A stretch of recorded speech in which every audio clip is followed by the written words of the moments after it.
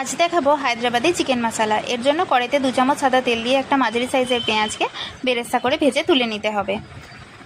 এরপর 500 গ্রাম চিকেনের মধ্যে হাফ কাপ টক দই, 1 চামচ করে আদা রসুন বাটা আর বেরেস্তাটা দিয়ে ভালোভাবে মাখিয়ে 30 মিনিটের জন্য ঢাকা দিয়ে রেখে দিতে হবে। এবার কড়াইতে আবারও 2 চামচ সাদা তেল দিয়ে গোটা গরম মশলা ফোড়ন দিয়ে একটা মাঝারি সাইজের পেঁয়াজকে হালকা একটু ভেজে নিয়ে এর মধ্যে 1 চামচ করে হলুদ গুঁড়ো, লঙ্কা গুঁড়ো, ধনে গুঁড়ো, জিরে গুঁড়ো আর গরম মশলার গুঁড়ো দিয়ে ভালোভাবে মশলাটা কষিয়ে 1 চামচ নুন দিয়ে দেব। একটু কষিয়ে নেওয়ার পর দিয়ে দেব অর্ধেকটা টমেটোটা দিয়ে আবারও একটু কষিয়ে নিতে হবে 2 থেকে 3 মিনিট।